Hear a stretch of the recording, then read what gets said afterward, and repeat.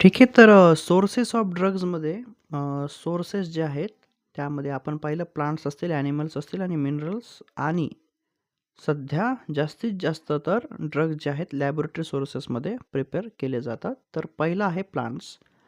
Plants are used from time when the leaves with the shape of the liver used for the treatment of liver diseases. म्हणजे प्लांट्समध्ये कधीपासून याचा वापर केला जातो, की असंही एक होतं, की असाही काळ होता जेव्हा अ, लिव्हरसाठी leaves with the shape of liver म्हणजे निसर्गामध्ये जे लिव्हरच्या शेपचे त्याच्या आकाराचे जे पानं आहेत, त्यांचा वापर लिव्हर डिसीजेसमध्ये केला जायचा. ॲक्चुअलमध्ये आपण पाहिलं तर हे सत्य नाही ठरू शकत, की त्याच्यामधून जे कंटेंट्स असतील ते लिव्हरसाठीच गरजेचे असतील किंवा त्या पानामध्ये काही मेडिकल व्हॅल्यू आहे पण की नाही हेही त्या काळी आपल्याला माहिती नसायचं. पण एक अनुमान लावून, की हा आकार त्यासारखा आहे, तर मग हा त्याचा यूज लिव्हरसाठी याचा यूज होऊ शकतो. त्या आकाराचा आहे तर त्याचा यूज याच्यासाठी होऊ शकतो. असं एक अनुमान पद्धत त्या काळी वापरली जायची. Various parts of the plant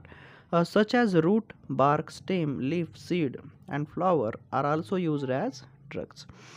जसं की वनस्पतीचे आताही आपण यूज करतो यांचा. मुळं असतील, साल असेल, बार्क, स्टेम, पानं असतील, सीड बिया असतील, तसेच त्यांचे फुलं देखील, त्या फुलांचा वापर देखील आपण ड्रग एक्स्ट्रॅक्ट करण्यासाठी त्याचा यूज करतो. All parts of specific plant do not equally contain a specific drug. म्हणजे स्पेसिफिक प्लांटच्या एखादा जो पार्ट आहे, म्हणजे सगळ्याच पार्टमध्ये आपल्याला पाहिजे तो ड्रग असेल, असं नाही. एका स्पेसिफिक पार्टमध्ये आपण तो जो कंटेंट आहे तो आपण पाहू शकतो आणि तिथूनच तो एक्स्ट्रॅक्ट केला जातो.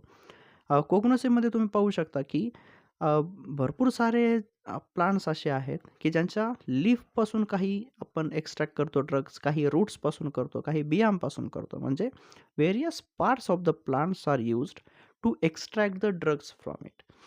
Not a whole plant. म्हणजे पूर्णच वनस्पतीपासूनही आपल्याला ड्रग्ज मिळतील असंही सांगता येत नाही. कधी-कधी आपल्याला वेगवेगळ्या पार्ट्सपासून सुद्धा ड्रग एक्स्ट्रॅक्ट करावे लागतात.